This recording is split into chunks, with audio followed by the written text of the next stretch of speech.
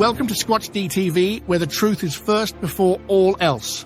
Join your hosts, veteran investigator, TV personality, and author Steve Kulls, and from the Kentucky Bigfoot Research Project and the Kentucky Fried Fixes channel, Chris Bennett. Sit back and prepare to take yourself on a journey with the longest-running Bigfoot podcast, Squatch-D TV. Here are your hosts, Steve and Chris.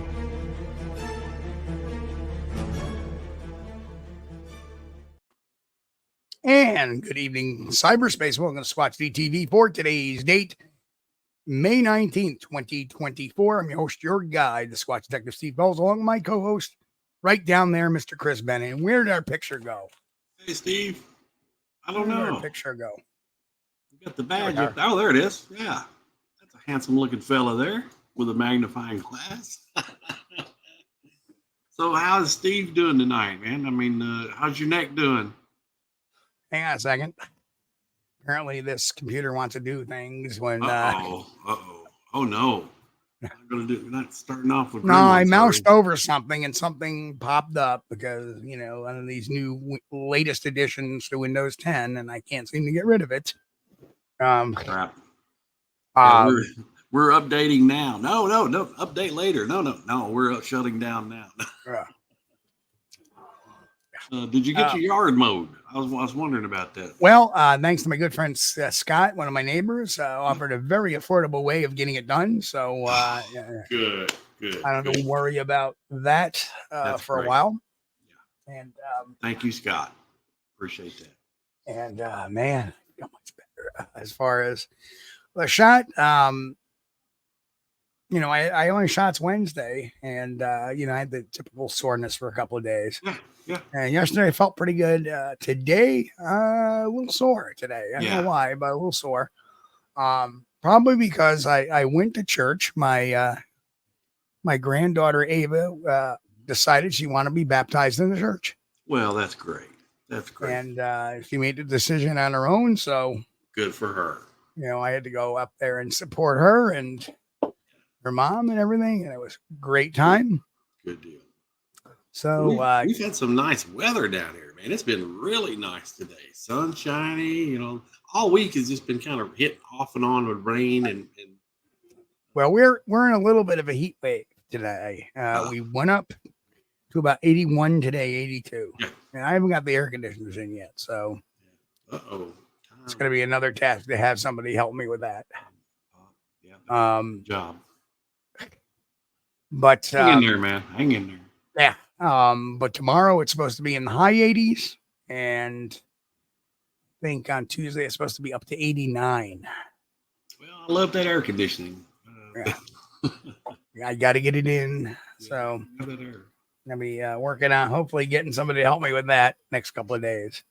What a subject for tonight. What a subject. We do. We have quite the subject. And the office assistant wants to be let in. So if somebody just give me 1 second, I'll go ahead. Office. Go ahead. Hey, we can't short Watson his official duties here, which is standing by and eating doggy snacks, I guess. Doggy treats. Okay, the office assistant is in place. All right. We had a little company. My wife's son and daughter were over, so he was kind of hanging out there. Oh, yeah. And he just noticed the door's closed over here, and I got to get in the office. Oh yeah. Don't open them doors; they'll shred them open. They'll shred them. Yeah, they got to come in. Yeah. But look like, golly, the chat is hopping. Look at that. Look at that. We got to do the chat, man. Already. We got 35 people already. Well, it's good to see everybody. And thank you, Mick. Look at Mick already did that. Thank you. God, Mick. Thanks. Wonderful. Thank you so much, Mick. Well, let's get down to our list. We got a fun show tonight. We're going to be talking some Bigfoot theory tonight, and maybe some possible new player for an ancestor of definitely an ancestor of us. And I think because it goes back so far, it's probably an ancestor of our friend, the big guy. And for that, also, But anyway, first in tonight, Em and Chris, who is a night. Good health. Sharon from Belgium. Hello, Sharon. Sharon. Relic comment will be on tomorrow to catch it. Thank you, sir. Comment and catch you on the replay, bud. Bat Mom, what's going on? Hello, Bat Mom. Pat. Well, good to see Pat's back in the chat. You know, Pat had a little bit of a spell. Yeah. Pat had pneumonia.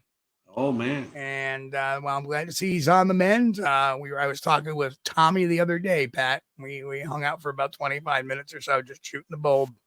Some of it about you, worried about you, of course. Of course, Mick. Thank you again, Mick. And he says, thanks, Mick. That must mean someone captured my ex-moms in a Sasquatch. Our good friend Walter Kroll. Hello, Walter. Don Gumow, good to see you. Bristol, good to see you. Grasshopper, how are you? Bill, finding the trackway. What's happening? Kevin Harder, the professor, good to see you, sir. Little Kilroy has left the building. I bet you he still hasn't left. I bet you he's still hanging out back there. But Little Kilroy. Jen, what's going on? Jen, good to see you. Yeah. Michael Williams, good to see you, sir. Michael, welcome. Tom Connolly, he's going to catch it up Monday at work. Good, right. Good for you, Tom. Hopefully, we can give you some enjoyment. Just on another note, I haven't uploaded any of the last few weeks' episodes to our audio podcasts to Spotify and all that. I'm going to get that done this week. So we're going to have a bunch of episodes being uploaded this week. So stay tuned for your podcast aficionados out there. There it is, John. Sasquatch Wizard Adirondacks. Good to see you. Wizard, welcome. Henry May in the house. Henry, good to see you, bud. Yeah, I'm kind of lost. This always happens. Something to Sasquatch about. Good to see you back. Something to Sasquatch about. That's a good name. I like that. There's Mike, Tactical Bigfoot Research. Mike, what's going on, Tack? Good to see you. Buttworm is in the house. Buttworm. Sandra Piper. Sandra?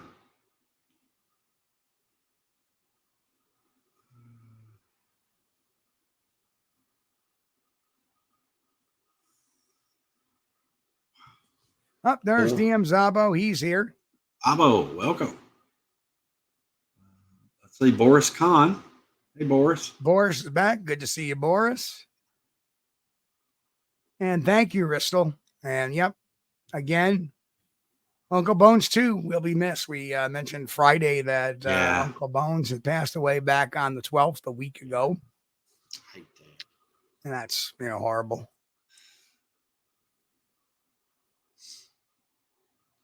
Jay Fritz. There's Jay Fritz. Jay's in the house. Welcome. Nikki is here. Sasquatch Secrets. Hello, Nikki. Nikki, good to see you. First Kind. Good to see you, First Kind. And congratulations on getting that membership as well as I think Sam. So there we are. We have our roll call done. And thanks again, Ristel. Appreciate that. Yes. And thank you, Mick, for gifting out. Bless you both. Yeah, so I heard there was a little fun over at Nikki's show earlier with the our old friend turning up now, claiming up. Blake Burrows is in the house as well. Hello, Blake. Yeah, I didn't get you. Normally, I listen to Nikki's show in the background while I'm having supper, but tonight I was listening to something else. I didn't get to catch it. So fill me in a little bit. What's going on? Well, apparently our old friend, and you know who I'm talking about, apparently is now making the claim that Bigfoot doesn't exist. Well, we congratulate him because now at least he believes in something. So we'll leave it at that. Which means to me, he's got no reason to be anywhere near our show because, want to come on once in a while and try to debate it, that's fine. But we've debated enough times with him, and I don't mind debating something when somebody you're going to change their mind, right? Yeah, yeah. But I just can't debate something with somebody that's not going to be open. And unfortunately, that's unfortunate, but it is what it is. Well, it's good to be a skeptic. It's good to have a skeptical attitude, but it's as not, we all are. Yes, it's not good to be have a scofftic attitude, though. No matter what, you can't do that. You can't have your mind already made up and enter a debate that about the unknown. Hey, and you know who popped in? David Gray. And we're David. gonna have him. We're gonna have him out in the field too. Welcome, David. Good deal. Welcome. We're gonna have him out in the field, and not only that, he can. It's kind of funny. Like 2 weeks after I got wrecked in that car accident, he got really wrecked in a car accident, worse than I did. Yeah.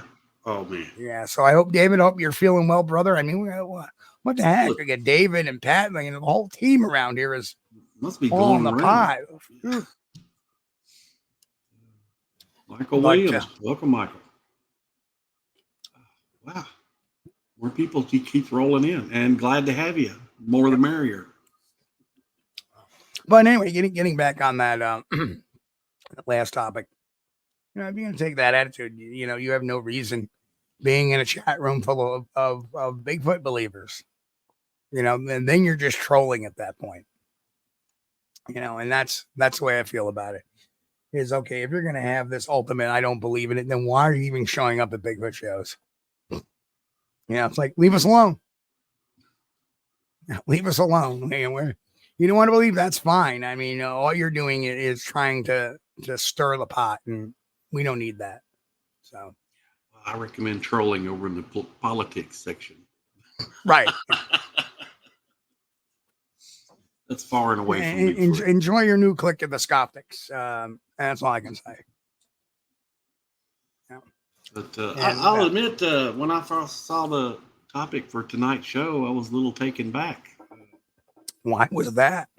Well, you brought up something that I hadn't been read up on in several years. As a matter of fact, I was thinking it was around 2015 when I last read this, but actually it had to have been sooner than that, because that's when it was discovered, between 2015 and 18. On right. The Danuvius guggenmosi. 2019. 2019. The Danuvius guggenmosi. And that is probably one of the more interesting topics of the night. Is we want to talk about a possible Sasquatch ancestor. Mm-hmm. Well, number one, the Danuvius guggenmosi is also, we are related to it. We evolved from the Danuvius as well, guggenmosi as well. In theory. Kelly Tour says, I'm your Bigfoot experiencer, trolls dogman people. Sorry. Oh, that's all right. Hey, as long as you ain't trolling us, we're happy with that. We don't care. Hey, Kelly, I've not seen a dog man either. So right. Well, we'll get into that in a bit if we want to, about the somebody had posted this footprint from Wisconsin and saying, "Oh, look at that!" And it was so narrow. And you think about it, a narrow foot with such a large body would just not support the weight or climbing or anything. You would end up breaking. If it was bipedal. But anyway, so the Danuvius guggenmosi was around 11.6 million years ago. And it was an early known great ape known for its unique combination of an arboreal and terrestrial locomotion capabilities. The fact is that the Danuvius, which I'm going to call it Danuvius, I'm not going to call it the guggenmosi. It's okay, yeah. So the Danuvius apparently had legs structured very much like ours. Yeah. Which I thought was really a cool thing. And they said it did use, every once in a while, it did use some trees and overhead stuff to assist it, because it was both arboreal and terrestrial. Yes. So it had that mixture. Wasn't very big, of course. You understand, we got bigger as time went by. If you ever look at any evolutionary chart, we just keep getting bigger and bigger and bigger and bigger. So 11.6 million years ago, being one of the earliest, that would definitely make a bit smaller. But here's some of the stats on that. So the guggenmosi lived 11.6 million years ago during the mid-late Miocene era in southern Germany, of all places. It is the sole member of the genus Danuvius. The area at this time was probably woodland and with a seasonal climate, which is what we have here in the Great Northeast and maybe Kentucky to some extent, although you tend to get a little milder winters. Yeah, it's pretty cool. Jerk. I remember that was one of the things that stuck out at me. That they were found in a clay pit in Bavaria. Bavaria. Yes. Home of BMW. Exactly. We're found in it was first discovered they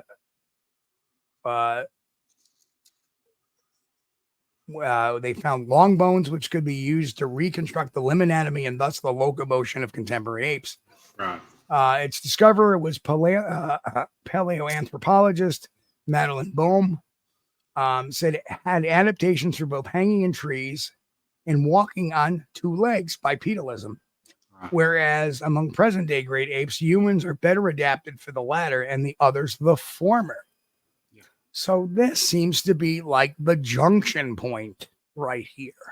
Yeah, where some split one way and some split the other way. Yeah. They were very excited because of the resemblance to human bones. So that was pretty cool. And the height thing, what got me? Go ahead. Sorry, Chris. Go ahead. Well, I was just saying the height thing is what got me, because I remember when I had read this, they said they were around 3 feet tall. But, when you think back about it too, we've got Homo floresiensis, and they were very short. And I think a lot of that may be depending on their environment that they were in, whether being smaller was an advantage or larger would be an advantage. And right on, Mike. And you wonder why, 23andMe looks for Neanderthal DNA. Yeah. Exactly. They do. And you think about it, I mean, we've only gotten taller and bigger as the years go on. Yeah. And if you think about the average size of a Homo sapien today versus 200 years ago, like in America, the average height was 5'7". In the 50s and 60s. Hang on a second. I'm getting some kind of electrical feedback again. There we go. Got it. I don't hear anything on the show. No, you won't. It's on my end. I have something that's feeding back, something that's not shielded that great. That's it gives a little bit of feedback in my headphones. But the average height of a person back, that's why George Washington, who was 6'2", back in colonial days, they looked at him like, oh my God, he was a man of stature. He was a giant of a man. He would be, like today, if we go by today's standard, he'd probably be about 6'7". Yeah. 6'5", 6'7", really stand out in the crowd. Lincoln was tall. Yep. For his time, yep, he was, dude, another man of stature. Basketball players. Right. Before the game was invented. Yep. So we have a ton of different reasons why, it's small. Got it. Well, I remember that one of the exciting things, two exciting things. One was the comparison to the human bone. That was great. They were matching up with human bones almost identically and or very similarly. And the other one was the curvature of the spine. Correct. That allowed them to, this thing could walk on two legs. Right. Yeah, the curvature of the spine, the legs looked a lot. The diaphragm was actually placed in a way very similar to the way it does us today. They were the first of the line to actually have their diaphragm lower as opposed to up higher. Don't remember that. That's cool.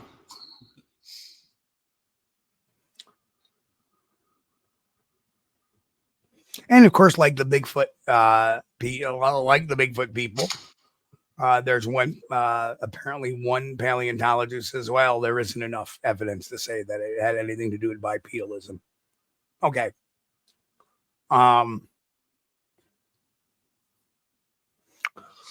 They were discovered in the Hammerschmied clay pit near the town of Forzen in the Tortonian boundary, which is in the Bavaria, and was unearthed between 2015 and 2018. I swear, I think I remember reading something around 2015 about this, but I know I saw that article you're talking about. It's 2019. It is. Comprises of a skeleton with elements of the mouth, vertebrae, and long bones. There are also 3 paratypes: an adult left femur, big toe and teeth, juvenile teeth, and a middle finger bone. And there are 37 specimens in total. Wow. That's a lot. That is a lot. Yeah. The tooth anatomy is most similar to that of the Dryopithecine. I'm sorry, the Dryopithecine great apes. Dryopithecine. Having both adaptations for hanging in trees and standing up on 2 legs, bipedalism. Danuvius may have been very similar in locomotory methods to the last common ancestor between humans and other apes, which adds weight to the hypothesis that ape suspensory activity and human bipedalism both originated from a form capable of both, which is this is. Yes. Right. So we have bipedal apes and bipedal humans later. Right. So this would obviously be something that I would think logically that if Sasquatch exists, and I'm going to put that as a speculatory, even though I've seen 2 of them, but if a Sasquatch exists, one would think that this is probably this would be the common ancestor, at the very least, that we have with a Sasquatch, because it exhibits it's sound, because this is where bipedalism started. So I would think that so I really think now let's talk about the weight. It weighed on average about 51 pounds.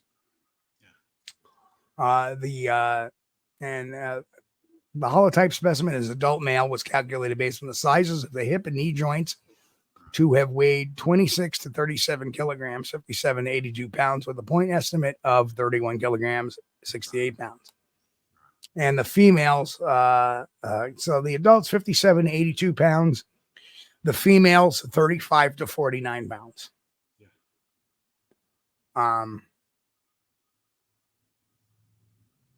Well, I saw an artist rendering too of that, and it has a large resemblance to chimpanzee.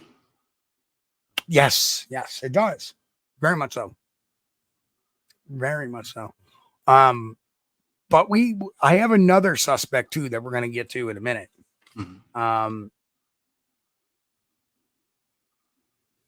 And it's nice to know that we've got more bipedal apes than just the Gigantopithecus. Now, like, this is the first one that they know that they've seen this common character of bipedalism and in a commonality with the great apes as well. Right. And there's another one, and we're going to get to that one in a little bit, that was about 4.4 million years ago. And I have a picture, an artist's conception of that one. And I look at it and go, damn, that looks like a Bigfoot. The face looks like a Bigfoot. Maybe not exactly, maybe not with all the some of the robust features it has now, but the face, like that, fits the bill. But we'll get to that. The sex of the individuals was determined by the size of the canines, with males presumed to have had larger canines than females. Male Dryopithecines are thought to have had an elongated face with the molars pushed more towards the front of the mouth, like those of other Dryopithecines. Yeah. The molars of the Danuvius were wide, so they were big teeth, big toothed. Right. And that seems to be prevalent in reports where people have seen their teeth, that they were big blocky teeth up front. Right. Now, here's an interesting thing. The premolars had 3 roots instead of 2. Now, if you ever have a premolar pulled, you only have 2 roots in that bad boy. So your front teeth only have like 2 roots. Yeah. These suckers had 3. It's wild. And they could eat a brick for supper and chew it up. So the canines were more vertically oriented rather than somewhat sticking out. So the canines were not really that visible. Yeah. The Danuvius is thought to have a broad chest. And that's a characteristic for Sasquatch. I've ever heard one. Broad-chested. It is the first recorded Miocene great ape to have had the diaphragm located in the lower chest cavity, as in Homo. Uh-huh. Indicating an extended lower back and a greater number of functional lumbar vertebrae. This may have caused lordosis, which is the normal curvature of the human spine, and moved the center of mass over the hips and legs, which implies some habitual bipedal activity. Well, if their diaphragm was lower, similar to that of humans, wouldn't that more or less give them more speaking of the ability to speak? Don't know. I don't. Depending on what kind of shape their vocal cords were in. But that is interesting. It to me, it seems like their vocal cords would be longer. Right. You know what I mean? They would have more range rather than making little chirps and chips. Right, right. Yep. And as a singer, one of the time when you belt something out, you bring it up. You don't bring it up from here. You bring it up from your gut, right? Yeah, you bring it up from your gut, and that's how you're able to do that. The louder sounds. It's not coming from the throat; it's coming from the gut, right? And people who ruin their throats a lot of times. Of course, mine has gotten rough over the years because of these things, but it's people who don't know how to sing, and they get on karaoke night now. And then the next morning they have laryngitis. That's because they're not singing from the diaphragm, which is where you belt out your tones. And it is something you have to train yourself for, actually. Yeah. The only time you do is you may get an instinctual guttural scream, like something horrible happens. You automatically comes right from the diaphragm. Mm-hmm. If you ever heard of those horrible stories where a parent loses their child, and people hear them scream or yell, it's like, oh my God, it was this. Right. That's coming from the diaphragm because it's very instinctual. I can portray one of those screams every time I open my electric bill because it's horrible. So John brings a point. Prehistoric animals on average were much larger within the species that have survived, like the tigers and elephants. Wouldn't it be probable Sasquatch is a surviving primate and explain the size? No, because in primates, it was the opposite. We actually went from smaller to larger. And a lot of that, because the larger animals, a lot of them died off. Right. The mastodons, they were huge, a lot bigger than the traditional elephants, and they died off to become something smaller. And I think of it as well as our journey has been a lot shorter than some of those other animals. Right. So I'm thinking that, just because back in, say, the Miocene era, something was this big, doesn't mean we were all at the same level at the time. Yeah. We might be developing at different timelines. Like some animals developed way earlier than us. And Henry's got a good comment here. I want to put up, Steve, for a minute. Henry May says, a book I recommend is The Upright Ape by Aaron G. Filler, which discusses the fact that all or most of the great apes have the ability to walk on two legs. Right. Very interesting. Thanks, Amy. But because of foot structure, leg structure, back structure, right, center of gravity, yes, they have all the ability, but they don't have the ability to do it consistently. Like a bear can walk on, can have some bipedalism, but it's not built to walk on two legs. Right. So you got to look at for bipedalism. You may have something called temporary bipedalism. But in the case of like us,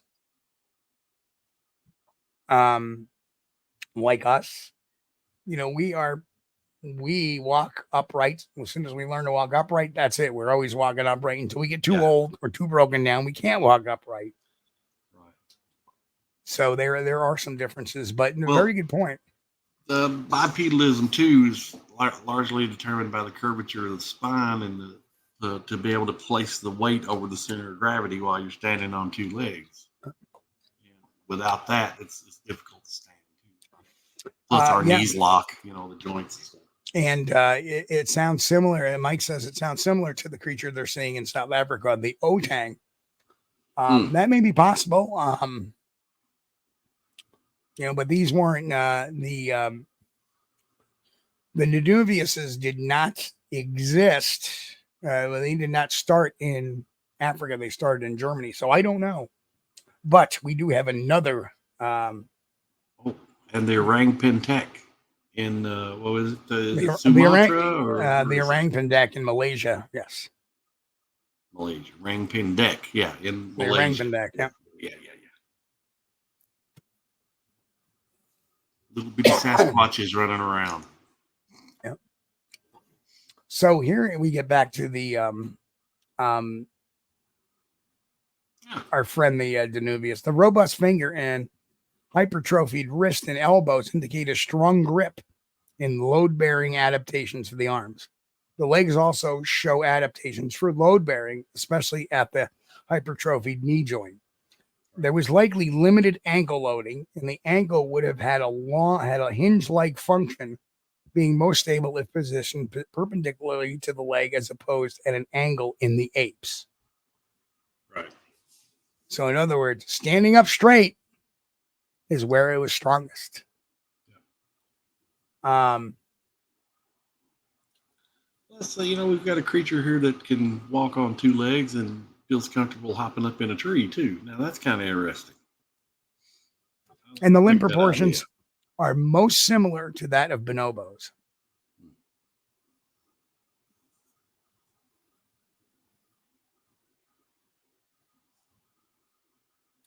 So the Danuvius was capable of seemingly a unique manner of locomotion called extended limb clambering. Danuvius likely walked among mildly inclined tree branches with its foot directly laid onto the branch, using its strong big toes for grasping. The strong knee would have provided balance while walking by counteracting torques, and the strong hands would have certainly carried out a similar function during suspension or palm walking. Right. Extended limb clambering emphasizes knee extension and lordosis, which is the curvature of the spine, as well as suspensory mechanisms as seen in apes, and may be a precursor to obligate bipedalism seen in its human ancestors. So very interesting that also the same area yielded other creatures like mollusks, fish, cold-blooded vertebrates, small mammals such as rodents, rabbits, martins, hamsters, and shrews. And however, large mammals also such as the mouse, deer, and the antelope and the rhinoceros were also located in a similar area. The site is located in upper freshwater morass of the Molasse Basin. By the late Miocene and Perithese Sea had dried up and the Alps had lifted, allowing the expansion of wetlands habits into the baseline. So that's just more. So very, very interesting. Well, I like the idea that, it can climb in the trees as well as walk on the ground, because I think that. That would be if that's the earliest, it's probably going to do both, and that's what it seems to do. But that's one of the things I think about Bigfoot. I think they can. I mean, I've never seen one in a tree, but I think they can climb a tree. I really believe that. And then you got the Bigfoot baby video in New York where that little rascal's hanging in the tree. So I don't know. Maybe as they get larger, they can't, or they tend to break the trees off or uproot them. Yep. So as we go along this this chart line, this timeline, hang on. There we go. Heard it that time. Well, it's okay now. Yeah. No, I actually I just pounded it down. I don't know why something is not doing that, but so the next one is the Dryopithecus, another genus of great apes that lived in Europe and is considered a close relative in the evolutionary line. However, femur and humerus examinations showed that it did walk on all fours and did not show any signs of bipedalism. The Ranopithecus, which is 9 to 10 million years ago, a genus that lived in Greece and Turkey and showed some characteristics linking it to later hominins. They have some common characteristics between apes and humans, but they're more ape-like in characteristics than they were quadrupedal.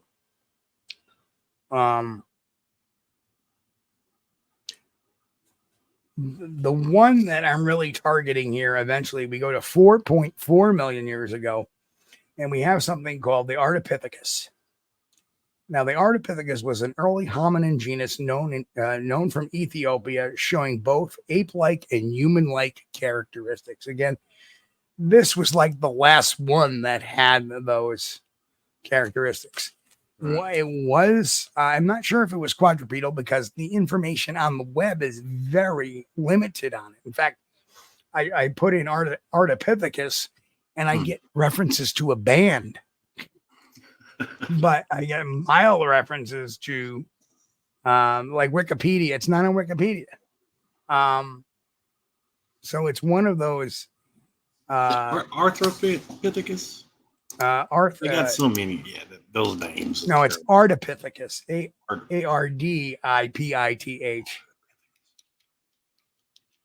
And maybe it's because, let's try this. So I'm just trying to, okay. So I do have the, okay, I got it. Yes, Wikipedia does have a page on it. So again, this is one.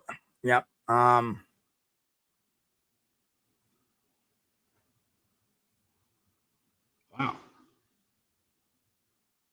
The rib cage looks pretty human too.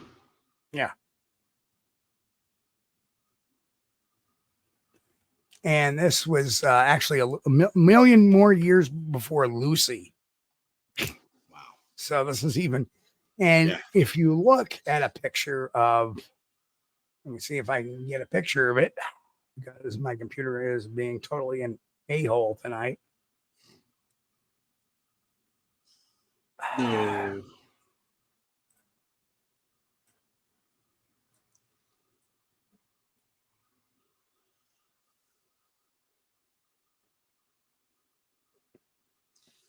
Apologize for the dead air. I'm trying to get my screens back. That's one of the things about the rib cages that I've noticed, that the human rib cages is kind of like a V-shaped. And so when you get into the primate, ask me this. This is what an Ardipithecus looked like.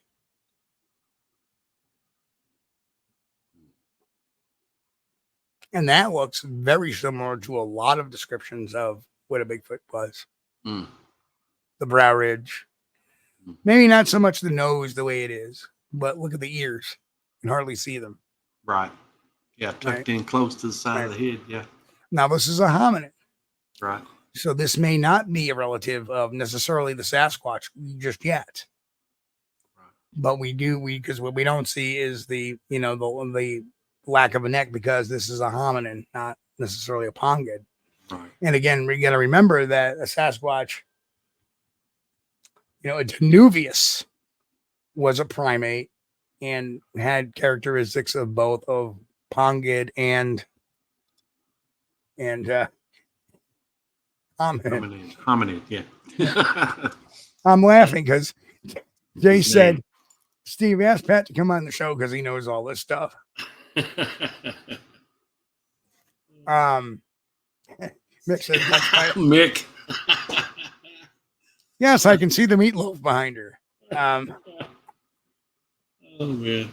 Well, hey, this kind of jives with the reports of sighting reports of the creatures that did not have a sagittal crest, would have a rounded type head. Right. Because you get reports of both types. Right. So it's pretty interesting. Yeah, you see some divergence, but you look at that nose, and that's related to us, not Yeah. so that's a hominid. And of course, as we move up the line, the next lineup would be the Australopithecus. There was a lot of people trying to believe that maybe an Australopithecus is a descendant of Sasquatch. Then you have the Homo habilis. Now you get into the homos, the Homo habilis and the Homo erectus, and then the Homo sapiens.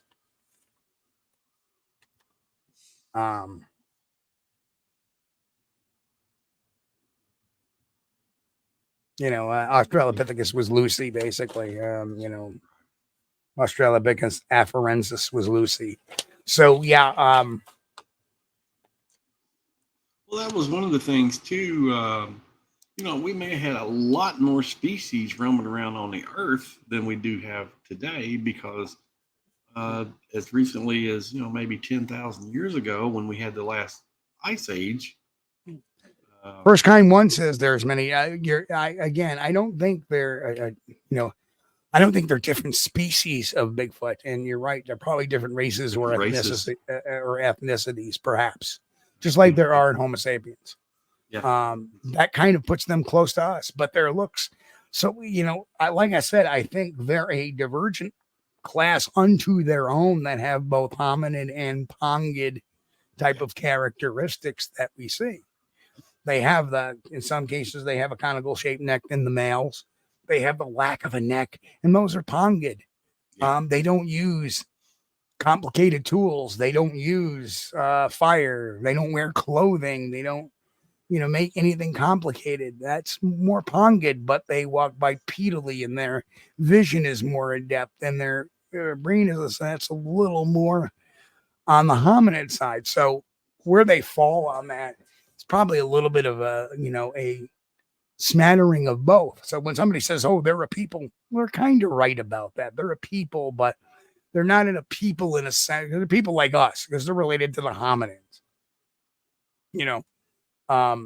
But they're not a people per se that have like vast, extensive cultures or anything like that. They have their own cultures. Don't get me wrong, because chimpanzees and orangutans and gorillas all have their own cultures within them. Sure. Yeah. Especially the chimpanzees. Chimp culture has been, studied for years now. They learn how to survive in the woods from their mom and dads, right. Their siblings. That's the way it's always been. And one would expect that, we talk about races and reddish hair and stuff like that and some black, but where does that come from? It comes from our DNA makeup of our parents. Yeah. That's why I have brown eyes, and some people have blue eyes, and some people have male pattern baldness. Some people don't. It all depends on the genes. It's why some people have broad shoulders and some people have linky, slanky type of build. That's all genetics, and that's all intermixing different genes. Yeah. The human race almost got down to extinction levels during the last ice age because of scarcity of foods and dramatic changes in the climate. And, you would assume that if the human race got down that low, the other creatures like us would have been had similar results. Times must have been hard on everybody back then. And that's true too. But we may be at a point too where there may have been 11 million years ago, there may have been crossbreeding amongst different pithecuses, pitheci, where maybe I don't know if there were. Now again, I'm not an anthropologist, but I would think that you would look at the areas where some of these creatures coexisted. Yeah. Like we know that Homo sapien did intermix with Neanderthal. Yeah. Homo erectus. Homo erectus and Neanderthal. That was the Denisovan caves. Yeah. Right. That was so cool. We do know they did that.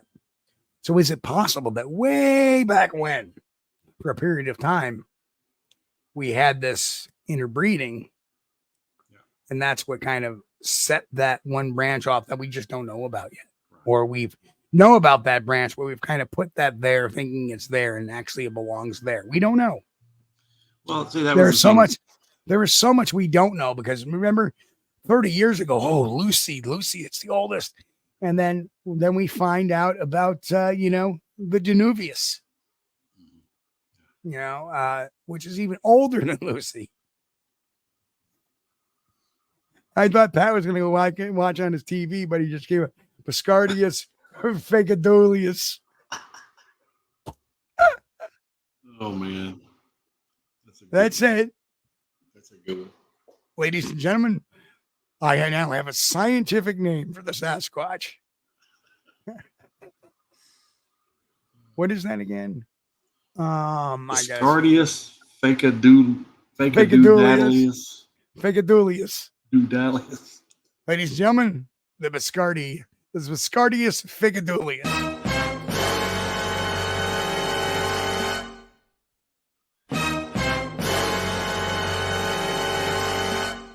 This is nice.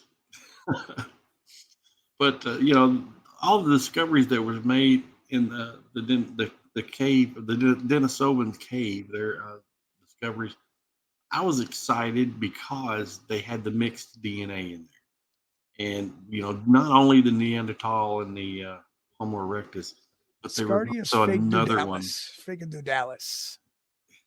There was also another one that they found in there that was a old extant DNA that they hadn't discovered yet. So that means there's another species in there somewhere we're still looking for. And that's great. That's great. So let's look at this exchange. This is great. Mm-hmm. That was awesome, Patrick. I ain't just a pretty face.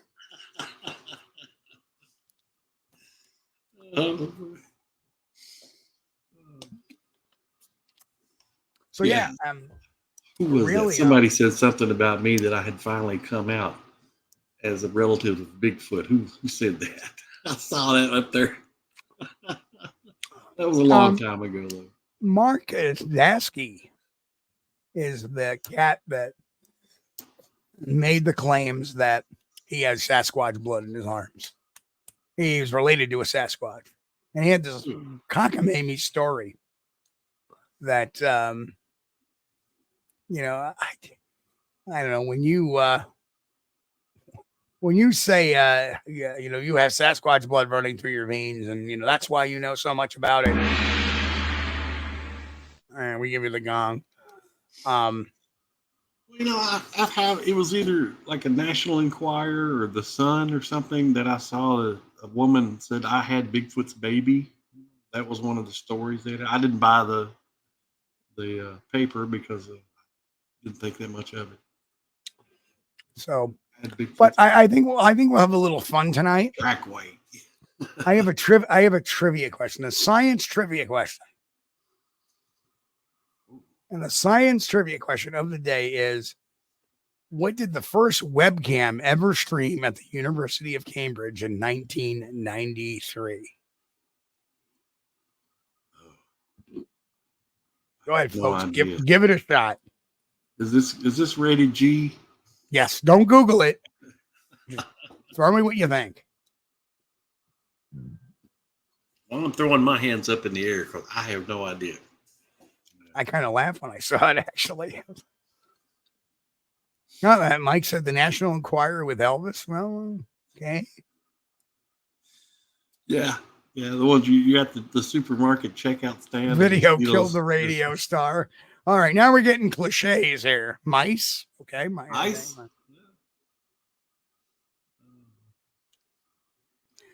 Loch Ness Monster. Well, you're going to love this. There actually is a guy. There actually was a guy. I don't know if he's still doing it. His name was Tico Masala. Very nice guy, great guy, and a really weird name, Tikka Masala. No, that's Tikka. That's Indian food. Tikka Masala is a good chicken from India. It's good stuff. What the hell was his name? His first name was oh God, I forget his name, but he was. See what I mean about old age? You get kind of tikka masala, it's fucking Indian food. Trackway said it was a bird nest. Was it a bird's nest? Okay.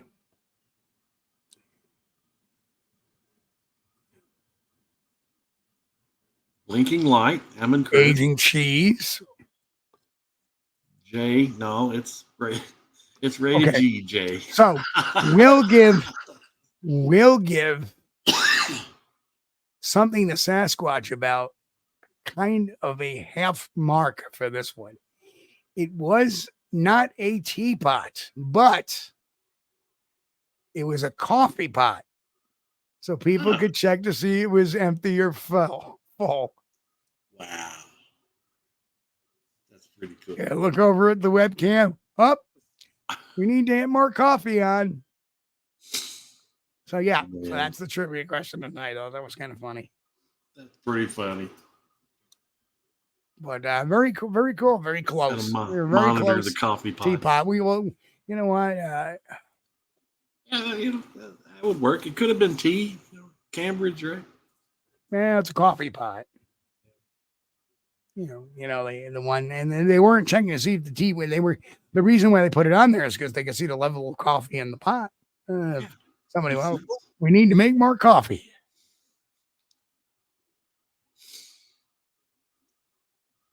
Yeah, tell me about it. Oh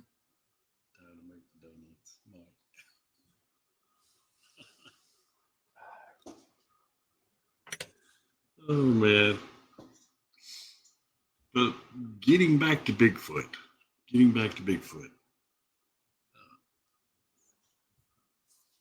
I think it was Don Gumow said that they use the trees, and I believe that. I believe they use the trees. I believe that. I think they can. And matter of fact, that was one of my theories. Instead of like I'm sure they're strong, but when you bring down a tree that's bigger than I can put my arms around, I don't think they have enough strength to push that over. I don't think they do. I think the way they do that is with leverage. I think they climb the tree and then lean it over or get it rocking, and then they bring it by using leverage.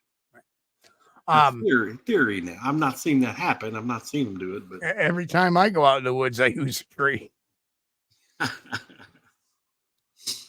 But I have been out and had 2 trees fall within 5 minutes of each other in an area that was really hot with activity, and we left. I didn't feel welcome, so we left. Now, I don't know whether they did that purposely or it was accidentally. As it turned out, they were pine trees. And when I went back later, they did have a lot of bark missing from them. So that was interesting. But they weren't dead. They had a lot of bark. I've seen bears do that though too. Mm. They'll strip a tree of bark because they're looking at getting underneath the bark. Mm-hmm. Yeah. Looking for beetles, bugs, beetles, larvae. But these trees were growing, and they were, nothing wrong with them. They ended up crashing down, both of them. within 5 minutes of each other for, I didn't see the Bigfoot up in the tree or didn't see it push the tree over, but we had some activity right prior to that. So it was interesting.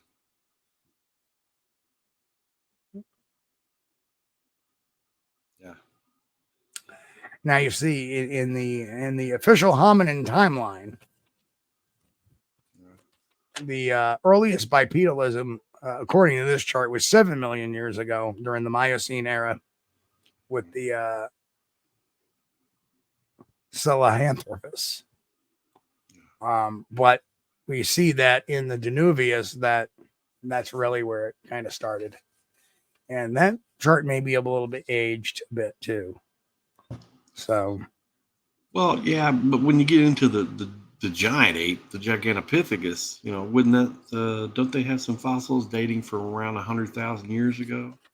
yeah, and I know Grover Krantz had so theorized that they lived up to about 10,000. Here's something really interesting. That's where we make our split. 9 million years ago, right. The gorillas split off from our evolutionary branch. Right. 8.5 million years, the chimpanzees split. Right. So it would probably be a safe hypothesis that perhaps a Sasquatch broke off our chain somewhere, I would say, between 6.5 million to 7 million years. Because at 7 million years is when you see the first, at least by this chart, earliest bipedalism, straight bipedalism. Right. Right. Now, could it have been in the same time period that the chimpanzee split? So I would say anywhere from where 7 million year mark to like the 9 million year mark would be the proper area to look to see where a Sasquatch would diverge from that based on where the other splits had occurred with the other great apes.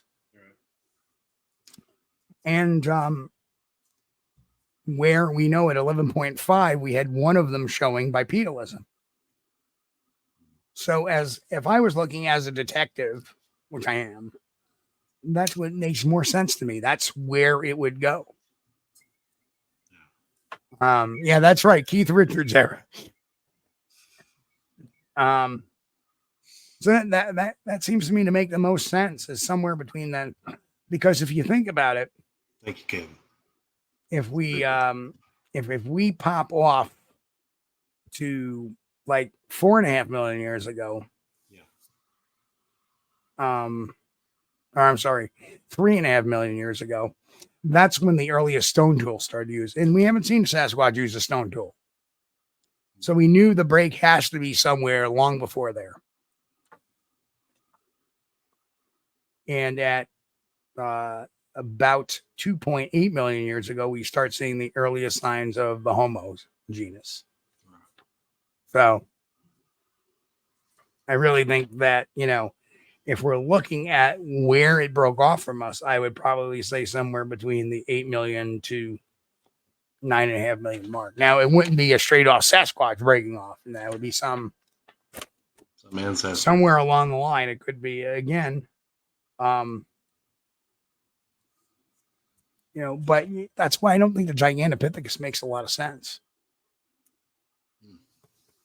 Gigantopithecus was a quad walker, right? He was big. Well, it's theorized it could have walked on 2 legs. Yeah.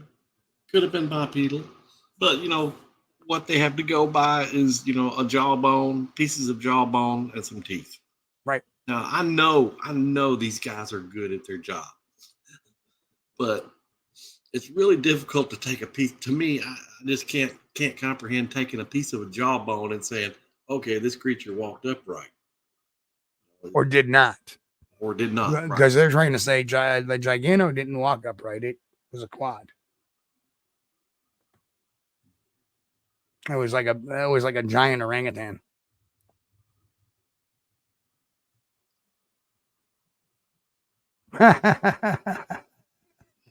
That's a good one, Michael.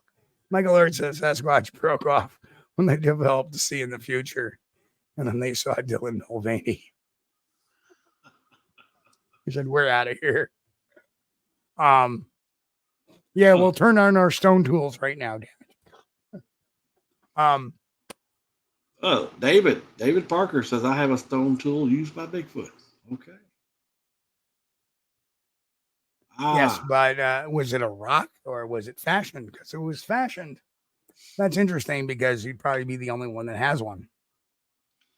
Well, I've heard a rock thrown, or you can use a rock to break something. Yeah. I mean, that would be expected. But we're talking about, and when they say a stone tool, they mean something that was crafted to an edge. Like a Native American craftsmanship or something. Right. Now, Pat's got a good point here. The Homo heidelbergensis is the one that Cliff Bergman thinks most likely. No, he actually thought the Paranthropus. Oh, the Paranthropus. I thought it was the Paranthropus. All these names. No, I think those are way too new. I don't know. Maybe they aren't. But we're missing something somewhere. Well, the difference is in the size. But I mean, we're all going like 100,000 years ago, a couple 100,000 years ago. But the chimpanzees and the gorillas split millions of years ago. Yeah, makes more sense to me that it was in that time that. Okay, a stone uses a hammer. That's not really necessarily. It's a simple tool, but it's not a crafted tool. It's not like a Stone Age type of tool. A Stone Age type of tool, we one where you're assembling it. And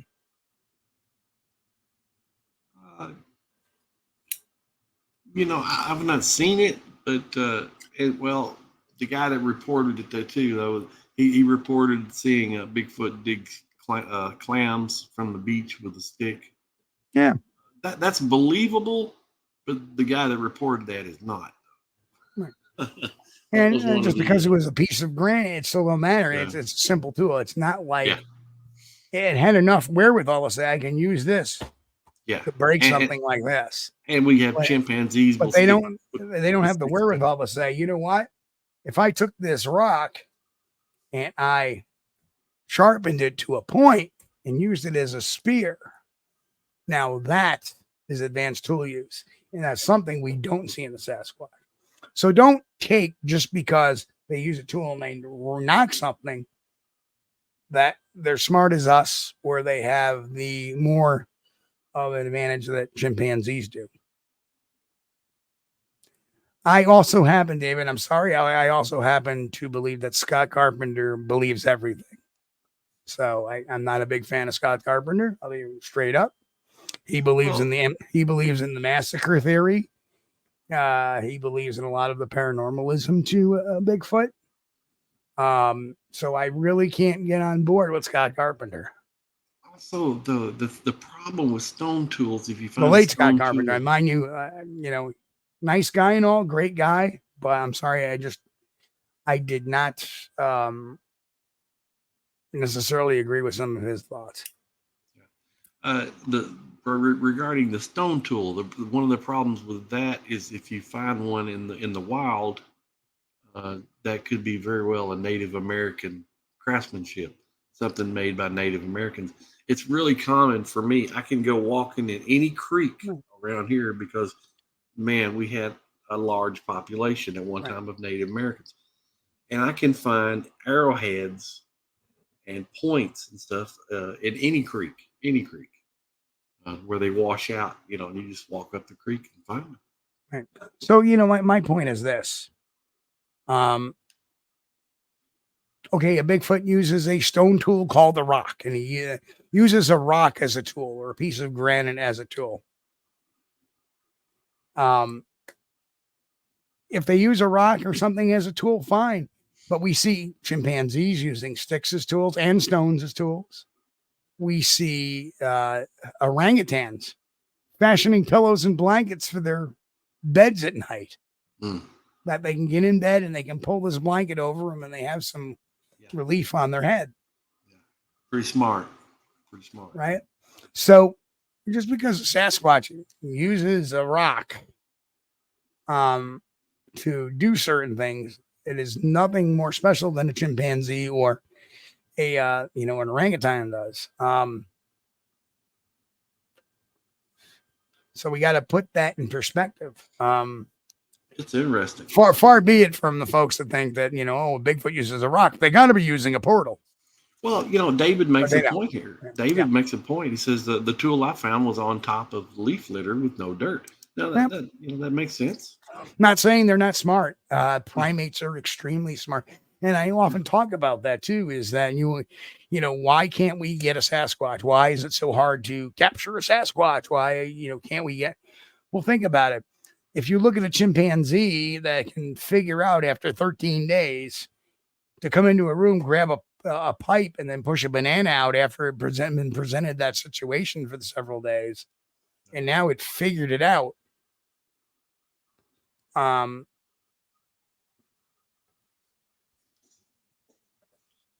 And again, oh my God, girl, great point.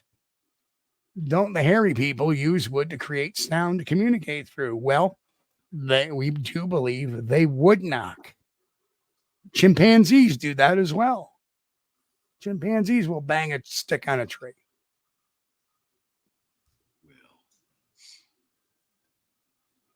They're amazing. So yes, I mean, if they're wood knocking, that's a tool use too. But it's not a complicated tool use. We still haven't seen them use fire. Otherwise, we would be finding these campsites all over the place. Well, that would make them a lot easier to find. It really would, because you can see a fire from a long ways I see other people saying, some good points. Animals can be very perceptive, like the dachshund pulling the blanket over every night as it bedded down to sleep down. John said, I confirmed a young gray fox playing with stones a larger bit bigger than golf balls they're using to play as toys. I'll give you one better. And I will download this video at some point. But in 2013, we had this. I was living in this apartment complex for like 3 months. Hated it there. The apartment flooded within 3 months. I was out of there. But before it flooded, we had a big population of turkey vultures flying around. And turkey vultures by nature eat carrion. And there was a lot of kids in the place. And one day I open up my front door, and 15 feet in front of my door, there's 2 turkey vultures. Just sitting there. Wonderful. Well, they don't bother you. They're just there. They're just big birds. They don't care. They don't bother you. They don't attack people. They eat carrion. And you know what one of those turkey vultures did? There was a kickball that one of the kids had left out in the yard. And don't you know that turkey vulture began to play with the kickball? The turkey vulture was playing with the kickball. Yeah. And they're nudging it, jumping on it, nudging it. Oh, man.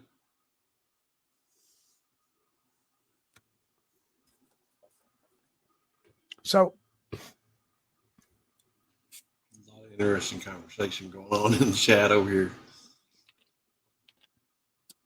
And yeah, oh my God, girl, I don't doubt that those are traditions, and I'm glad you respect those. I respect them as well.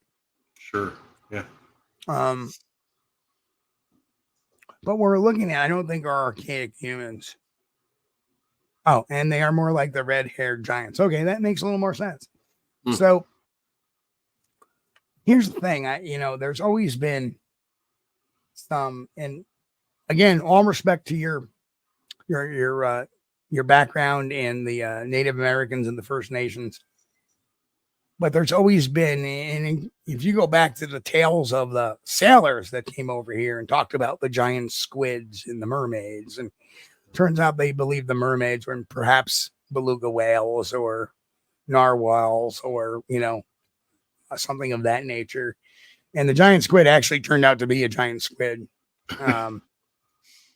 Just not as ferocious as they made him out to be. Yeah, they weren't taking down no shit. I believe, in all honesty, there is some truth in the Native American stories, but I won't take them word for word, because if you would, then the wolf has a spirit, and the eagle, the eagles came down, the wolves came down. They all did these magical things and these things of legend, and that's fine. That's great history. That's great anthropology, great story. Maybe back in those days that was the case. Today, if you think about it, today we have very similar legends amongst us weird white people. The weird Europeans. Oh, if there's a crow on the the crow is a bringer of death. You see a crow on your your windowsill, it means death. Oh yeah, the bird. You're right. Yeah, mermaids. That is quite the rabbit. I don't know if it's a rabbit hole or maybe a whirlpool. But anyway, yeah, I believe in some of that old stuff too. Like if a bird flies in your house and lands on your side of the bed, that's it, man. It's curtains. yeah, and if a cardinal visits you, it's a person, a loved one that's passed on is coming to visit you. So there's a lot of different legends that you can take at face value, but most of the time they're just superstitions. Some of the time it makes you go, huh? Yeah. Well, let me tell you one story. Sure. Just it'll be a real quick one, and this is related to superstitions. Okay, back when my youngest son Andy was first born, he got his days and nights mixed up. Now, for everybody that's had children, especially infants, you know what that's like. Okay, stays up all night and then sleeps during the day. Well, normally human mom and dad have to sleep at night sometime. But my cousin Jason, he's passed away now. He was killed in a car wreck years ago. Oh, I'm sorry. He told me his wife and him and his wife had a child and had the same problem. They took their infant child to an old woman who was more or less like a shaman. And he told me, he said, here's what you got to do. He said, I watched what she did. She took the baby and held the baby over a bed. So she wasn't going to drop the baby on the floor. And she turned the baby all the way around, upside down, and then right back side up. And then handed him the baby. Well, after about 3 more days of no sleep, I told my wife, I said, I'm going to try it. And I did. And you know what? It worked like a charm. That kid went to sleep at night and he stayed up during the day. It fixed it. Hey, and you know what? I got to say, I think it's the first time we've seen Oh My God Girl in the OMG Girl in the house here. Welcome. And welcome. And thank you for bringing that perspective. We love that. And it's kind of funny. She's right in line with us saying, well, the hairy people by most tribes are mostly seen as physical beings like wolves, eagles, right. etc. Right. And she's right in line with us. The cloaking portals, I'm not buying. Their ability is like camouflage and blending with the environment. Being absolutely. If OMG Girl, welcome home. Welcome home.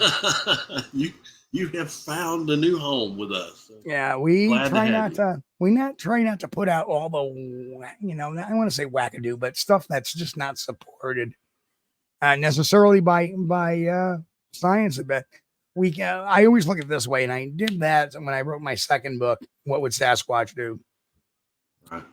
If it made sense, you can take it a step up for the next evolution, but you cannot take it more than one step up. You can't take it 2 steps up, because then, like, for example, let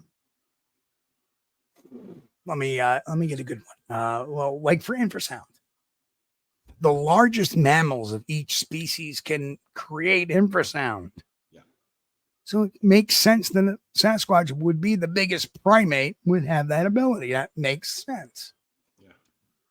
A bioluminescence. Some people say their eye shine.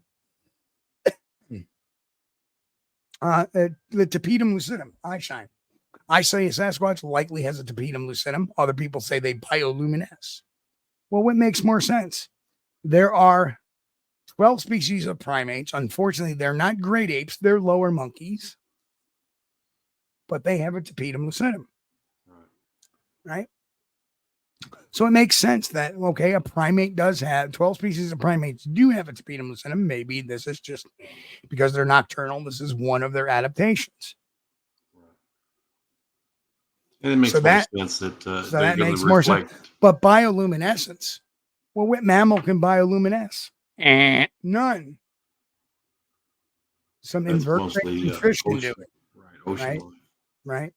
So that makes no sense to jump to that conclusion because no mammal can do it. No primate can do it. Why would we think a Sasquatch can do that when none of the other? The problem with the thought that they could generate light from their own eyes was if they could generate light, then that light would overwhelm the optic nerve. So all they would see is they would be blinded. As we showed earlier tonight, I don't know if you've been here the whole night, but we talked about the Danuvius guggenmosi. Yeah, we definitely descended from hairy people. We're all descendants of hairy people. I'm still hairy. Yeah, when I go to the barber, I tell them a little off the back. I mean, a little off the back. Man. But yeah, that's the important thing is that you never go too far off the topic. It was like the whole, where does their smell come from? Their musky smell come from? Right. People said maybe it's there, maybe they have apocrine glands like gorillas, but that would mean they would have to have split off 9 million years ago with the gorillas to our line. Right? Yeah. And, the report of the smell is not consistent either. And I've experienced that. Had sightings with no scent, no odor whatsoever. And then right on, David. Right on. The only time I've seen Bigfoot eye shine, there was a light source. Even though it may just be a little bit. Right. Doesn't take much. I mean, I've seen deer all of a sudden, your headlights are going one way, but they're off 100 feet the other way, and you can see their eyes shining back at you or the moonlight can do it if it hits it a certain way. And I think the problem is their eyes are so big and they're so bright. When you get their eyes and they reflect, they're reflecting, it actually looks like, because they're so bright, it actually looks like they are projecting a eye shine. But we have seen deer. No, the wife and I typically drive through Mammoth Cave after dark quite often, and we had seen deer in the headlights. You can't miss their eye shine. And over there, the deer are pretty calm, so you could pull up next to them and stop in the road, and they're over to the right or to the left of your vehicle. Now, I could see the deer movement, but I couldn't see it, very clearly. I turned on the interior light of my vehicle and caught eye shine. Yeah. Just that amount of light from the interior light of my vehicle reflected off that deer's eyeballs. Because what that tapetum lucidum is a collector. It's collecting. It's just trying to collect. Just a very little bit. Now in our own eyes, we have something called rhodopsin.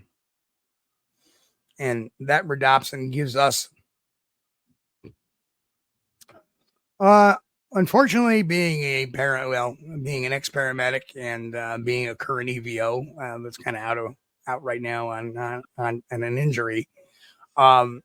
Yes. Yes. Yeah. And you want to know something? Sasquatch smells worse because I've smelled one of those guys. Yeah. Seen two, smelled one. I don't. But where was I going with the rhodopsin.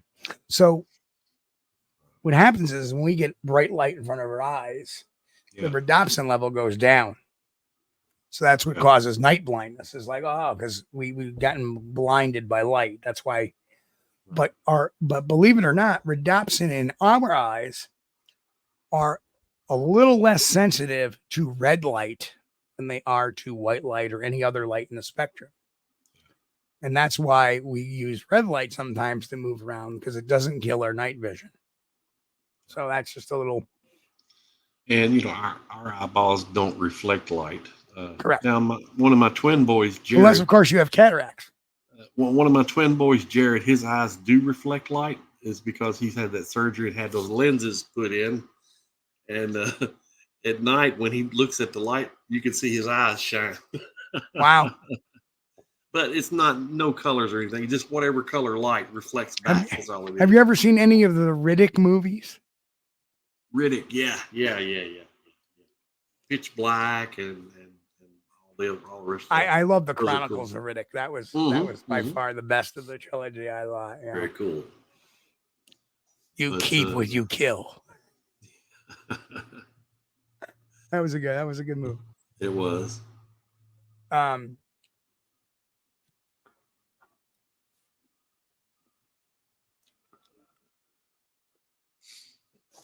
Sasquatch. Here we got on this body smell again. Yeah, bad idea. Sasquatch Wizard Adirondack says, isn't it interesting? Some humans have horrible body odor and others don't. Maybe this is why some reports claim a foul smell and some don't. Well, I don't know. Like I said, I had that idea with the musk. If they have an apple-rich diet, they can smell musky, because it's been known that Jane Goodall, when she was habituating the chimps, the fermented apples and everything. Right. They love to go for the rotten apples. Yeah, well, the thing is, Jen, you can't shine the red lights in your eyes too. I said it's resistant. Our rhodopsin is resistant to red light. It doesn't mean it's immune to it. So yeah, you put a red light in your eyes, so you're gonna get it. Yeah, that bright light will mess with your night vision. Well, you see, you're on the right path there, OMG girl. I think evolutionary and their lifestyle. Well, our lifestyle creates evolution. If you live a certain way, eventually you will evolve to become that way. That's why we have spiders that only dwell in caves that are blind. They have no eyesight at all. In fact, some of them don't even have eyes because they're not needed. They use their pedipalps on their feet to feel and sense things rather than their eyes, because they're in total darkness. I think that, since a Sasquatch will live at night and it predominantly works at night, it developed over time the ability to pedum lucidum. It was an evolutionary gift, basically. Just like us. If you think about it, our feet look a lot different than our feet did 2,500 years ago. Our pinky toe has gotten smaller over the years. And why is that? Have any idea, Chris? Shoes. Bingo. Because we started wearing shoes. So now we're born with smaller pinky toes. Because for whatever reason, and this is why sometimes you wonder about, is there, I don't want to get into a religious track here, but I wonder sometimes if there is some divinity pulling the cords. And like I said, I am a believer in God. Yeah. But I think this is part of the evolutionary thing. They're pulling string. It's almost like pulling strings. Okay, they're not using they don't need that foot to grasp the stones because they're using shoes. So the toes start to disappear. Does that get programmed into our DNA? How does that work? Well, part of it's environment too, because while we wear shoes and our toes and stuff are kind of like pretty much crimped together now. If you look in places like Papua New Guinea, where a lot of the tribes there go shoeless, Their feet don't have that. Yeah. Right. Their tracks, their toes are separated, and rather than being crimped together, they're out where right. They're born with their feet like that, but yet, yeah, right. The folks that have been wearing shoes for hundreds and hundreds and hundreds of years, they're not. That's right. What does that? It's kind of like when I love dogs, as you know, and it's like the dog is the only animal that can be born and understand what a human does. For example, one of the dogs are known to read people's facial expressions and understand their meanings, like instinctually. But there's another thing too that they've learned instinctually that's part of their mega DNA now. You can put a puppy there and point over here, and the puppy will go to that where you're pointing. Right. They tried that experiment with wolves, foxes, and chimpanzees. And not a one of them understood what pointing meant. Hmm. But dogs, if you point, they will look. Right. Part of their DNA makeup. It's amazing. So when people say, well, how can a Sasquatch have a tapetum lucidum when none of the other great apes have that? Because if they're wandering around at nighttime for 1,000 years, guess what happens? Mother Nature. Now you have a tapetum lucidum. Now you're starting to have births with tapetum lucidums.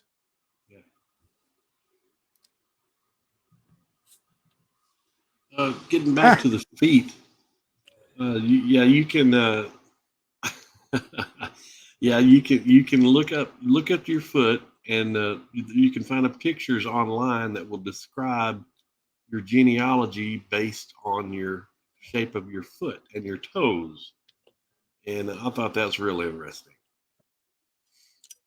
Of course, my wife comes from Thailand. And her feet, her toes are almost like you could put a level across them. They're all the same length, And of course, mine are kind of angled. The big toe, then it angles down to the little toe.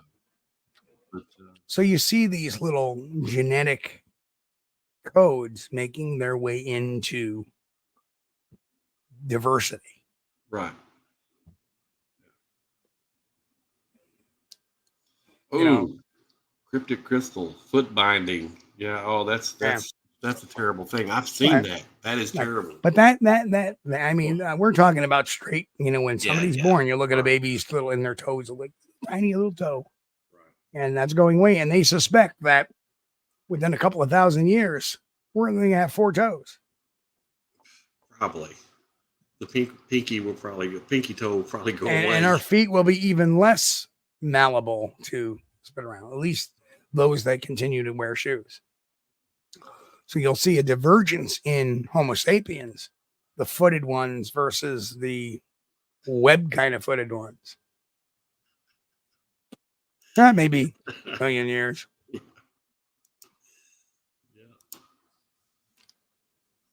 OMG girls, Hawaii, and her feet are almost square. That's like my wife, Sandy. Mahalo. Her feet are almost square. She's really Don going to ask, if we walked and slept during the day, what would we look like in 1,000 years? Yeah, I mean, drastically a little bit different.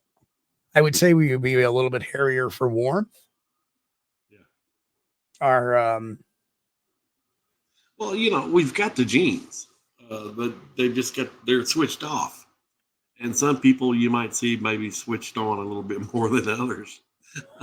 Friggin' Pat. Yeah, having a little make it easier getting my footy potato.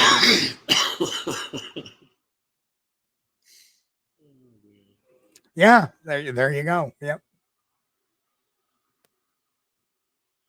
Well, we always used to joke because we're from Kentucky and we're raising tobacco, on the farm, and we always say we had bird feet because we could stand up in the barn and wrap our feet around a tier pole. Like a bird's foot, hang on. Not really, but so you have all these adaptations. That's entirely possible. This has been such a This has been a real fun discussion tonight. And again, I don't think you're going to get this kind of discussion a lot of times on some of the other channels. Like you'll get stories and you'll get interviews, but every once in a while we like to break it down and talk about a real complicated subject like this and go over it for a couple hours and have fun with it. Because it definitely, I want people to get their mind thinking. Get your minds thinking. If we get our minds thinking on this topic, we'll end up solving it. And to my own fault, there's times I get diverted into other things. But people, and it came to me this week too, is that when I was on a show, well, you're known for busting hoaxes. No, I'm known for busting hoaxes, but it's because I'm researching a sighting. Yeah. And I'm applying science to it. It's not that I'm a hoax buster. I'm an investigator. And if something comes up that says, holy tamales, this is a Bigfoot, Sasquatch, right, hairy man, whatever you want to call him. This is it. That's one thing. Right. But a lot of times it comes out the other way. Yeah. So. And you got to be honest. You can't take something that's not worth 2 cents and say, "Oh yeah, this is worth $1 million." You can't do that. And unfortunately, the way the Bigfoot evidence has been lately, it's been much of it not worth. Well, the problem is we never get too much data. You need data to present Bigfoot evidence. If you present a film or a photograph or an audio, you need data. Where did it happen? When did it happen? Who was there? What occurred? What time of day was it? What was the weather like? And all that stuff. We don't get that. So a lot of the so-called Bigfoot evidence you see coming out is not really evidence. If there's no chain of custody, if there's none of that, it's not evidence. So we got to push it aside. So my whole goal right now, going forward for the rest of the year, is to inspire people to get that evidence. Inspire people to get that evidence and get it to a scientist, because we're not scientists. I can get DNA. I can see a Bigfoot on the webcam, and the DNA is being collected right there. And I have an audio of it too, but I can't say it's a Bigfoot. I got to give that to science, and they can tell us it's a Bigfoot. That's the important thing. That's what we need to be doing. That's what we need to be focusing on. This is, and it took me years to figure that out too. So I can't be the one to solve this. None of us, we're not scientists. I couldn't write a scientific paper if you threw my shoe at it, because I don't have the background in it. I can write one hell of investigative report, though. I can tell you that much. Just write an investigative report on an arson that led you to a murder that had occurred several months earlier. Figure the paperwork on that one. But especially when you're the sole investigator and you're working with chain of custody of evidence, and you're working with interviews and recordings and photographs and and the report, and I'm doing it all. That's kind of some people will say, well, you were never a police investigator. I investigated plenty of crimes, but the thing is, when I investigated stuff, I was everything. I was forensics. I was the interviewer. I was the guy that put the case together. I was the guy who researched the backgrounds on things. And ultimately, I was the guy who said, this is my opinion. I leave it up to you to make your decision. I did it all. So it was much more labor intensive than a lot of. Mick's got a good point, Steve. Bring that up. Mick says, Steve, I don't agree with tossing all evidence for which we can't vouch to. But here's the problem with that, Mick, is we have to. Because science won't, if you find a bone, you say, oh, this guy gave this bone to me. right? And you don't have the name of that person, where, when he collected it, it's not, they're not going to look at it. You have to have a chain of custody. Even if you say, okay, what's your name? When did you collect it? That's all about interviewing the person that's giving you the evidence. Like, for example, the Bigfoot tooth. Well, we knew that was a hoax because the letter they put out there was completely hoax. There was misspelling and grammar errors and stuff like that. It was did not conform to a normal DNA letter. But let's just say, for example, I was a DNA lab, and I said, "Oh, wow, that's a Bigfoot." And they said, "Oh, we found this Bigfoot tooth. Here's the DNA letter." Doesn't prove anything because they did not list where they found it, what time they found it, where they found it, who handled it, who didn't handle it. That's all going to be part of the process. Well, yeah, but if you bring in a Bigfoot head, regardless, where it came from, when scientists can test it, where did you get this Bigfoot head from? Well, I'm not telling you. That don't mean it's not real. Well, there's still a chain of custody there. Oh, no, you got the Bigfoot head.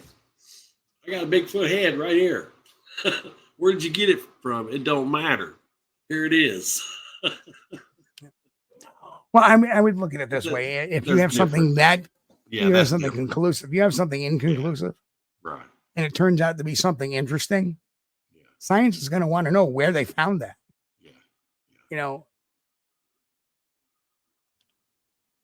Well, you could have found that, that could have been a fossil found in a gravel pit that's known to harbor, that maybe one of the archaeological sites that are in the United States before that they just picked this out of.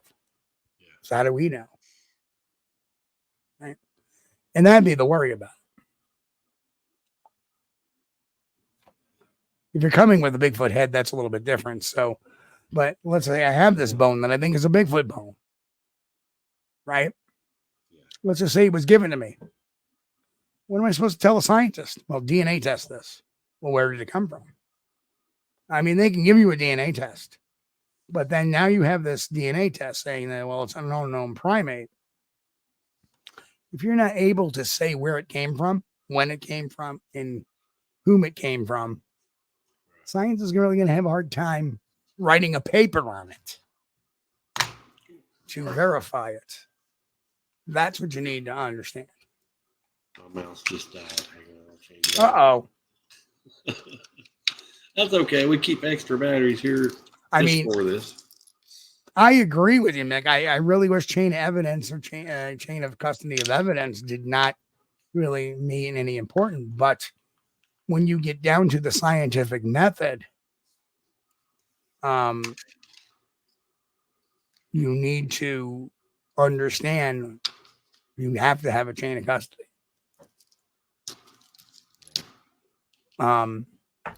Believe it or not, Melba Ketchum had a chain of custody. Every one of her samples, she knew exactly where it came from, whom it came from, and where it came from, and when it was collected. Yeah, Melba. I understand that, but even in that sham science thing, she had a chain of custody. How do you expect a respected scientist to write a paper where we don't know where it came from, we don't know who it came from? Oh, this guy got a bone from somebody, and here it is, and we found it as an unknown primate. There's nothing to write, because what a scientist would want to do is, I want to go back to that area and look more. Maybe we can abstract more samples, and we can start building a model. Well, we've got a question in here, which is a thought discussion from Sasquatch Wizard and Rondex. Steve, based off known primates, how long should we expect Sasquatch to provide parental care for their offspring? That's a great question to think about. Hard to say. I would say at least several years. Yeah, I think so too. Several years. Then when they, depending on their growth potential, one would think like the 5.5 foot one, I'd say maybe that was, a 4 or 5 year old. I don't know. Right. But they get to a certain height, I would probably say around, 4 or 5 years. I do not know off the top of my head the maturity of other primates off the top of my head. the family group that I had seen in Kentucky had what? Yeah. So Mick, I think Mick, toddler. I think Mick said here that, you know, if you want something, then I change the right. And that was my point. It wasn't my point that we needed everything, but we do need a chain of custody when it comes to a photograph or a picture in order to put a stamp of approval on it. That should be our standard. We need to know who it came from, where it came from, and what time and date it came from. If I come in with a Bigfoot body part, I'm not going to tell them where it came from. Say, well, it came from Bigfoot. Right. Totally different. Yeah, you're not getting my area. But what I'm saying is, when it comes to an audio or photograph or a video that somebody's putting forward, we need a chain of custody. Otherwise, it's not evidence. Sorry. Because that is the definition of evidence, is something that also has a chain of custody attached to it. You know, that was, there was another question by Pete H. Do you think Sasquatch predates man? Tough to say. Could they be, you know, maybe they don't. Maybe they come in a little after us. Maybe they come in a little before us. But I think factually, I think that, you know, like I said, as we saw today, the splits from the other primates from Homo sapien occurred, you know, 7 to 9 million years ago. So one would assume that they split off from us 7 to 9 million years ago as they developed into what we know today as the Sasquatch.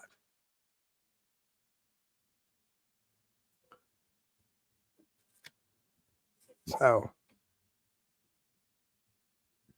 but that's the real important parts that I think that always need to be brought out. That's right.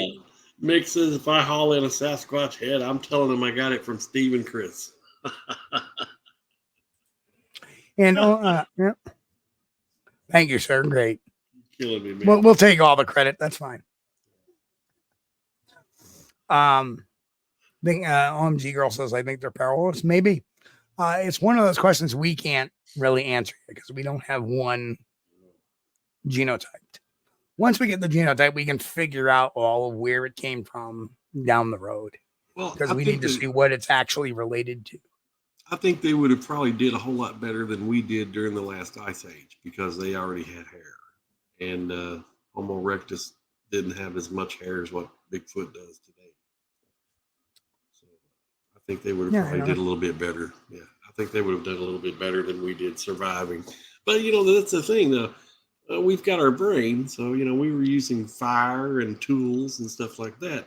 Whereas so far, there's not been that much evidence to suggest Sasquatch, Bigfoot used tools or fire. I mean, I would think that if Sasquatch existed, I think it actually started springing up. Well, we can look at this the easy way. What period of time was the land bridge between Alaska and the Bering Strait was all solid? Right. When the movement of all the animals came over from there. I mean, we were Homo sapiens then. Yeah. So there might possibly be that what we know today as a Sasquatch did not really completely exist as a Sasquatch back at the time of Homo erectus during the Ice Age. So hard to say. Boris, bon appetit, brother. But yeah, great discussion, great ideas. I mean, it's so hard to say. Yeah. Officer, I was standing there minding my own business, and these guys drove by me, tossed the head at me, yelling, "Ballyhoo! Ballyhoo!"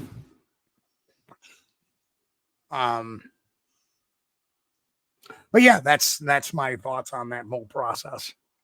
I'm not sure. I couldn't even begin to tell you. I could tell you in the evolutionary chain where it began to split, perhaps. I have some idea. Yeah, and we did talk a little bit about the that one, Sahelanthropus. Just in a million, 7 million comes from the same line as we do, but we went one way and it evolved, and they evolved. We're not trolling. Yep. Yeah. I mean, entirely possible. That is actually on my list here. Yep. Sahelanthropus tecadensis, and one of the earliest known species in the hominin lineage discovered in Chad. So that one was on the list too. But truthfully, I talked about the Ardipithecus, which is 4.5 million years ago, which is nearer to modern time. And that was showing both ape-like and human-like characteristics. But then again, this is also 4 million years after the chimpanzee lineage and the gorilla lineage broke off into their own branch. So interesting, really interesting. It's kind of a The nice thing about it, science is still an open book. We're still making new discoveries every day. Absolutely. And like I said, there's when it comes to where Sasquatch broke off from where we are, could be many years ago, it could be recently. I mean, who knows? The gorillas broke off the line before we did, or before the chimpanzees did. But if you think about the chimpanzees, which have the most DNA of ours, the closest pan-troglodyte, the closest animal to us, split off our evolutionary chain 8.5 million years ago. And I'm going to look up that number too, for what percentage DNA that chimpanzees have. Something like 98.4.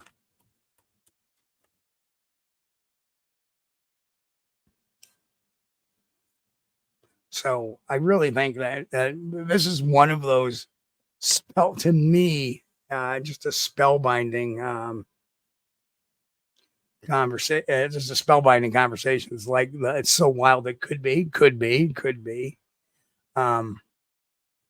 Yeah, it's we share 98.8% DNA with a chimpanzee. Yeah, they upped that a little bit. It used to be like 98.4. Right. Now that small little percentage is the difference between us and chimpanzees. Yeah, 1.2%. Wow. Steve, given the what some think they know, do you think Sasquatch recognize individuals within the dominance hierarchy? Yeah. They're smart enough to know. Bears are smart enough to know. Like, maybe I meant. I mean, there are certain bears that don't. Yeah. But if you think about it, they're pretty smart. They've never preyed on us. In fact, they've flee us. So they definitely know we're more dominant. Right. Probably because we look so much foreign to them.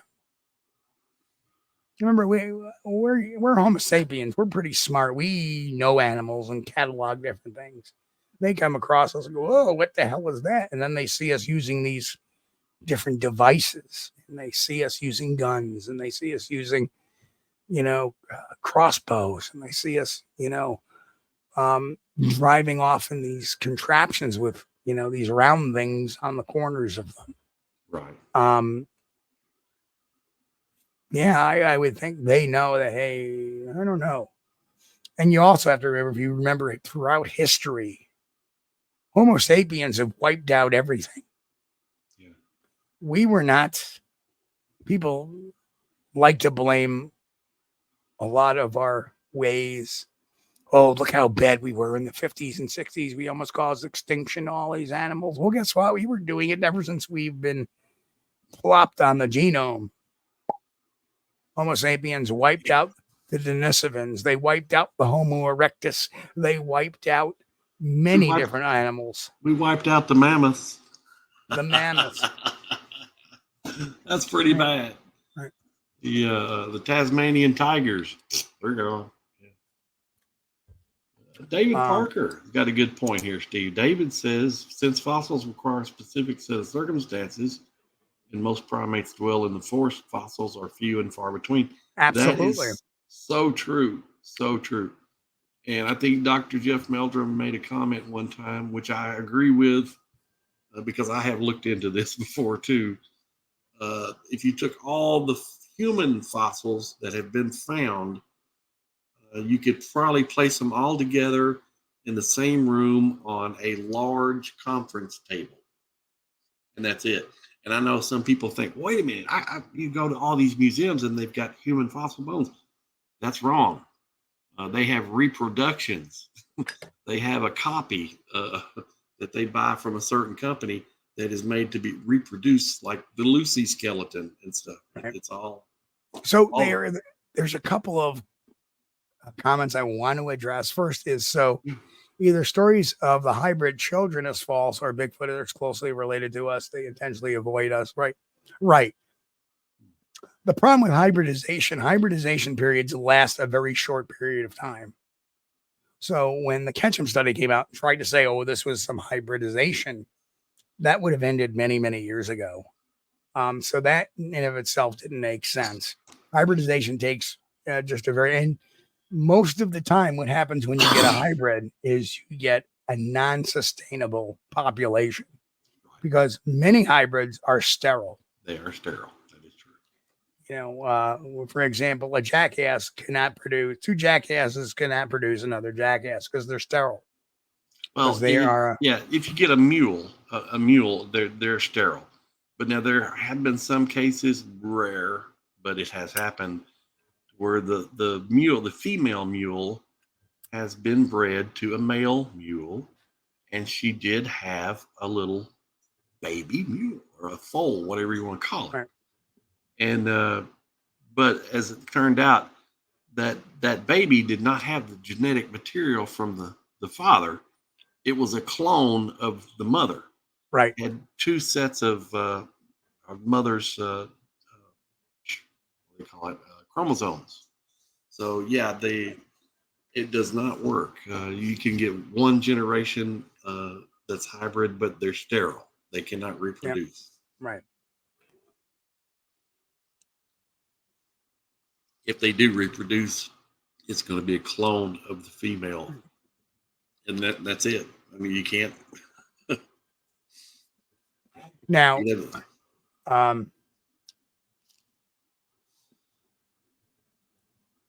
yes, but I would be very careful calling them a people. A people represents organization. See, when you talk about a people, the Assyrians, the Babylonians, the Mesopotamians, they were people. They were a people. The Aztecs, the Mayans, they were a people. People represents an organizational type of and sophistication. So they're not a people. Do they have their own family units? I would think so. Do they have their own groups? I would think so. I would not call them pods, tribes, clans, because again, you call them clans, you're attributing anthropocentrism onto that characterization. Right. Clans were Scottish. Right. So just be careful with the vernacular and the verbose you use, because that can make people think differently or inaccurately. I got a question for you, Steve. Do you think that Sasquatch, Bigfoot, live a nomadic lifestyle where they're not really true to staying in one place? Hang on, let me just.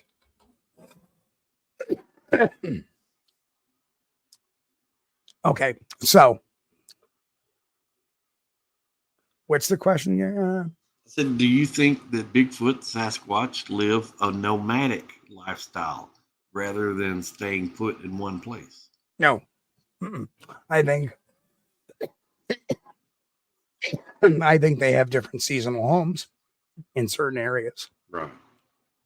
Depending on weather, like us, we've seen that tilt to the Adirondacks to the Green Mountains during the wintertime and back to the Adirondacks in the fairer months, because the leaves are on the trees in the fairer months in the Adirondacks, whereas they drop them, then they move off to, and also the food is now, just so you know, the definition of people means human beings in general and are considered collectively. People are also men, women, and children of a particular nation, community, or ethnic group. So that is the definition of people. So no, they're not a people. So just want to swing away from that. I think they are emotional beings, though. I think they have emotions.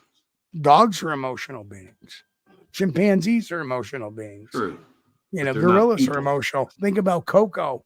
Remember Coco, who had the sign language when her cat died? Remember when her cat died and she kept going? Well, sad? Yeah. Well, sad. Yeah, but gorillas and chimpanzees can hug and show affection and stuff too, just like Bigfoot. OMG girl, thanks for joining us tonight. Yeah, it's been great. So anyway, we are at the 10:59 mark anyway, and it's time to go. But we will be back Friday night. I wonder what we're going to do Friday night. Is it going to be a Bigfoot news night? Is it going to be an evidence review night? Or is it going to be the Bigfoot rap? Talking about Bigfoot everywhere. Does it have red, gray, black hair? No. I'm sorry, bad man. Wrong Bigfoot rap. I can't do rap, no. So anyway, on behalf of, go ahead, Chris. Do your thing, man. We're not going to get out of here. I just want to say thank you guys for joining us in the chat. It's always a privilege and an honor to have you. And we're tickled to death to have you every week. We know we've got the best audience in Bigfooting. And we sure appreciate you, and we love you each and every one. And be sure to join us Friday night. Yeah. And as always, so good to have a nice, refreshing conversation once in a while. It was like one of these ideas. I really want to talk about this today. Let's do something different. Let's just talk about this. Man, this stuff is fascinating as all heck. And I'm glad everybody was here to join us for it. We'll be back Friday night, 9 p.m. Eastern. And hey, everybody, be safe. Stay cool. God bless. And of course, keep on squatching. We'll catch you all next week. We'll catch you all Friday night. We thank you for being here with us on Squatch-D TV. If you haven't taken the time yet, please hit that like button and subscribe to the channel. And oh yes, hit that notification bell too. We don't want you to miss anything. If you really like our content, you should consider becoming a member. And it's really inexpensive and a great way to support not only the show, but honest Bigfoot research. Everyone have a great week. Be safe and God bless. We will see you all here next time on Squatch-D TV. Keep on squatching.